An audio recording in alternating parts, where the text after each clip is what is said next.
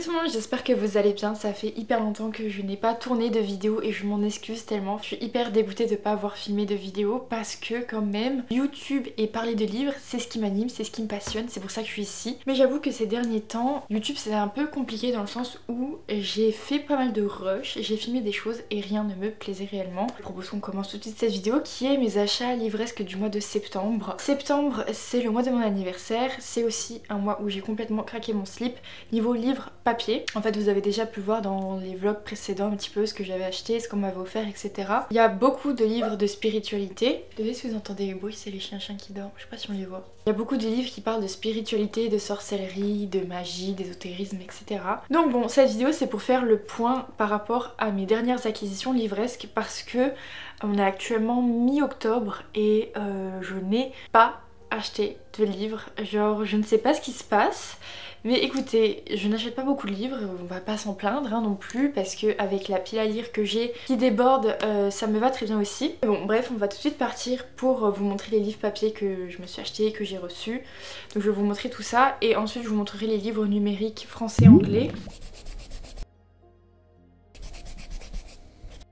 Donc tout d'abord commençons avec le livre que ma maman m'a offerte et donc c'est mon précieux grimoire d'apprentie sorcière, publié aux éditions Nouvelle Énergie. En fait c'est une collection de Larousse édition. C'est Nouvelle Énergie et j'ai beaucoup aimé ce livre, je l'ai déjà lu. En fait j'ai déjà mis plein de post-it dedans, je le trouve hyper beau, hyper bien fait. Dedans on parle absolument de plein de choses, de la roue de l'année, des fêtes de l'année, on parle de tarot, de pendule, on parle également un petit peu des chakras, la purification, les sabbats, enfin bref, c'est des thèmes hyper vastes. En fait, beaucoup de sujets sont abordés, beaucoup de thèmes sont abordés. Le seul petit truc, c'est que comme il y a beaucoup qui est abordé, et en fait c'est juste abordé sur une ou deux pages. Vous voyez, c'est juste des doubles pages comme ça. Donc ça va pas non plus très bien expliqué, très bien détaillé. Ça donne les bases, ça suffit largement pour comprendre, mais c'est pas non plus beaucoup plus poussé. Mais il est très bien pour commencer à s'intéresser à tout ce qui va être sorcellerie, magie, rituel, etc. Ensuite, un autre livre qu'on m'a offert, et c'est une amie du coup qui m'a offert, Décrypter et harmoniser les auras. J'ai trop kiffé ce livre, il est vraiment incroyable. En fait, il va parler d'aura, de pendule, de visualisation des auras, de découvrir son aura, qu'est-ce que les couleurs représentent, qu'est-ce que ça veut dire. Et je l'ai trouvé hyper intéressant et franchement, j'ai trop kiffé, il est hyper petit et pourtant il est hyper bien détaillé. Ensuite j'ai reçu mon grand guide de lithothérapie, il est hyper beau, trop bien fait également. En fait, je l'ai pas encore lu celui-ci, mais vous avez plein de pierres répertoriées. Et à la fin vous avez par exemple les affinités avec certaines pierres et la purification, qu'est-ce que je vois, utiliser le pendule, association des couleurs avec les éléments, les signes astro. Bref, j'ai trop hâte de lire ce livre, il faut vraiment que je le lise prochainement. Et maintenant on va passer au livre que je me suis acheté moi en septembre pour un petit peu mon anniversaire, voilà, pour me récompenser tout simplement. Et donc commençons avec un livre que je vous ai pas montré sur YouTube, c'est ma lecture en cours. Je l'ai très bientôt terminé.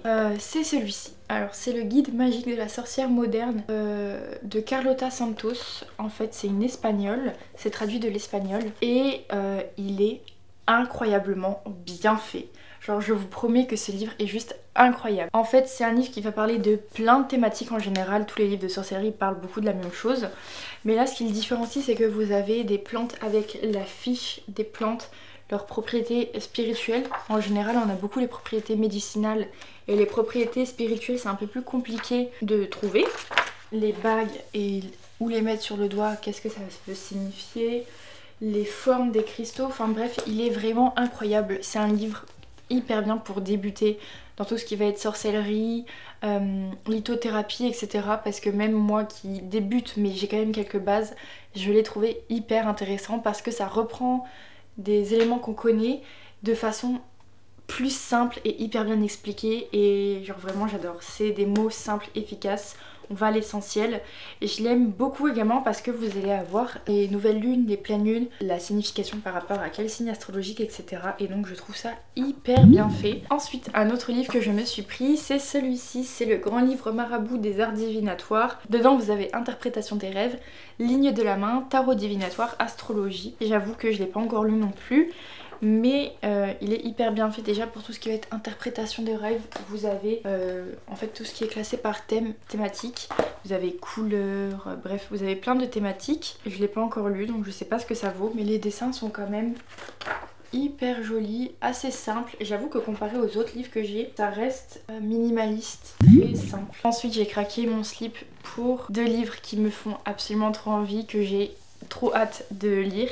Et en fait ça fait un moment que je les ai toujours pas lus parce que je pense qu'ils me font un petit peu peur. J'ai trop envie de les lire parce que je pense qu'ils peuvent être tellement intéressants, tellement riches de choses à apprendre quoi. Et j'ai trop peur de les lire parce que déjà c'est des briques et que bref, j'ai trop peur, ils font trop peur. On commence tout d'abord avec le traité des usages et savoirs de la sorcière. Vous avez plein de choses répertoriées dedans. Vous avez les runes, les plantes, les messages de l'univers avec tout ce qui va être numérologie également. Le pendule, l'encens, bref, c'est un livre qui répertorie, je pense, une bonne grande partie des activités de sorcière, bref. Donc je sais pas, voilà vous avez également la cristallomancie. Là c'est les cartes de tarot. Vous avez un petit rituel pour attirer l'amour véritable.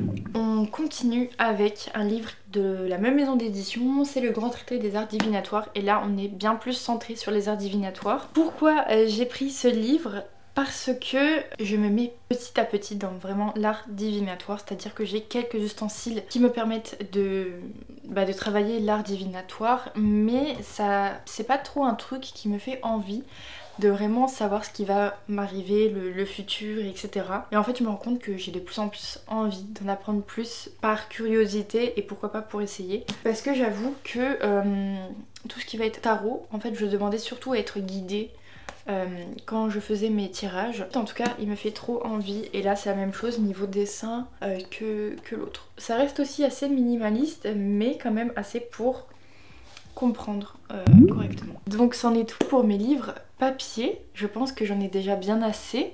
Je n'ai pas encore lu l'intégralité de cette pile et je pense que ça ne serait tardé parce que j'ai vraiment trop envie de lire tout ça.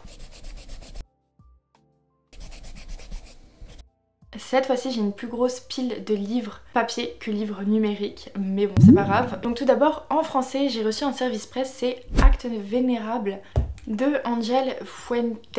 En fait c'est un livre qui va être une dystopie qui se passe dans un monde futuriste. La question de l'écologie va être beaucoup abordée puisque en fait on est dans un monde où on a essayé de faire en sorte que la planète Terre puisse survivre assez. C'est-à-dire qu'on a réduit la pollution, on a réduit les voitures. En fait chaque mois il y a 30 personnes qui vont être choisies pour un sacrifice. En gros tous les mois 30 personnes sont choisies de n'importe quel âge pour se sacrifier et donc permettre de réduire en même temps la population, l'empreinte carbone, etc. Donc c'est un livre qui est ma foi très intéressant. J'avais vraiment envie de lire ce livre parce que j'étais intéressée de savoir le point de vue de l'autrice par rapport à toutes ces questions. C'est un livre qui est un livre adulte puisque dedans c'est des thématiques assez fortes, lourdes aussi qui sont abordées avec des scènes explicites donc pour un public adulte. J'ai vraiment passé un super moment, c'est un livre qui est très court donc ça se lit très rapidement. Ça reste très intéressant et puis bah voilà. Ensuite bien sûr je n'ai pas pu passer à côté de la sortie que tout le monde attendait ce mois de septembre. C'est bien entendu Un automne pour te pardonner de Morgane Moncomble. Je sais, j'avais dit que j'allais tout arrêter une fois qu'il serait sorti, puis je ne l'ai pas fait. Je n'ai toujours pas lu ce livre, pourtant je n'en vois que des retours hyper positifs. Et de tout ce que j'ai pu en voir pour l'instant, genre des citations et tout, je pense que je vais kiffer. Ça a l'air incroyable. Comme tous les livres de Morgane Moncomble tout simplement, mais là vraiment on joue sur ma corde sensible. Vraiment j'ai trop hâte de le lire et donc j'espère que je vais pas trop traîner. Normalement je devrais pas trop traîner, j'espère que ça serait pour fin de cette année quand même. Et ouais, j'ai trop envie de le lire. Je vais pas me risquer à vous refaire un résumé de ce livre. En thématique, je crois qu'on est sur un thriller parce que notre personnage féminin est en école d'avocat ou quelque chose comme ça. Seconde chance aussi. Il y a pas mal de superbes thématiques qui me font grave envie. Et ensuite, je me suis pris également Rebel University, donc écrit à 4 mains. Je ne l'ai pas encore lu. J'ai vu plein d'avis mitigé par rapport à ce livre. On a les personnes qui adorent les romances universitaires à la Off Campus, à la Briard, à Campus Drivers, et puis on a ceux qui en ont marre, ils ont envie que les choses changent, voilà. Donc on aime un peu moins. On a envie que voilà, les schémas classiques changent. J'avoue que je ne suis dans aucune des catégories, si peut-être plus romance universitaire. Je ne suis pas trop romance, je ne lis pas beaucoup de romances, donc j'ai pas non plus beaucoup de références auxquelles je peux comparer le livre. Mais écoutez, j'ai très très hâte de découvrir tout ça parce que je suis sûre que je vais quand même passer un super bon moment avec cette lecture.